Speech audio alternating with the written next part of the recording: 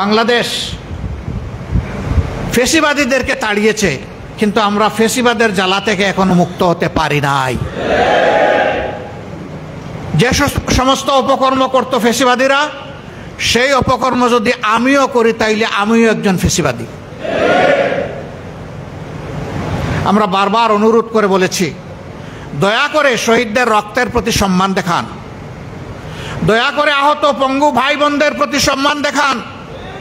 তাদের রক্তকে, জীবনকে, তাদের ইজ্জতকে, তাদের আবেগকে, তাদের ত্যাগকে মেহেরবানি করে অপমানিত করবেন না। কিন্তু আমরা দেখছি কতিপয় কাজ এখনো বন্ধ হচ্ছে না। আমরা দেশবাসীকে আহ্বান জানাবো, আমরা বারবার আহ্বান জানিয়ে যাচ্ছি, কিন্তু এই আহ্বান আমরা কিয়ামত পর্যন্ত জানাবো না। কারণ এই জুলুমটা সারা জাতির উপর হচ্ছে। ঘাটে ঘাটে যে চাঁদাবাজি হয়, এর কারণে প্রত্যেকটা দ্রব্যের মূল্য বহুগুণ বেড়ে যায়।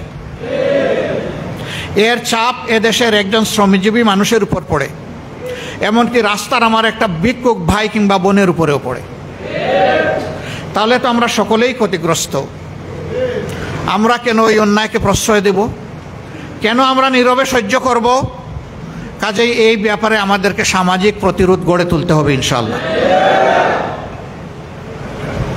তার আগে আমি সকল মহলকে, আমি কোনো দল, কোনো গোষ্ঠী, কোনো ব্যক্তিকে এই কথা বলছি না।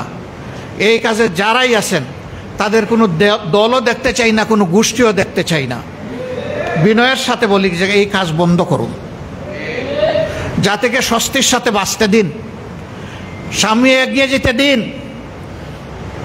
আবার যেন ফ্যাসিবাদের নতুন ধারা অধ্যায় তৈরি না হয়, তার থেকে ফিরে আসুন। ফিরে না আসলে ভাই আমাদের লড়াই অব্যাহত থাকবে ইনশাআল্লাহ। আমরা এই লড়াই বাদ দেব না। আমরা অবিরাম চলা সৈনিক। আমি দুনিয়া থেকে চলে যেতে পারি, কিন্তু এই কাফেলা, ন্যায়ের এই কাফেলা থাকবে ইনশাআল্লাহ।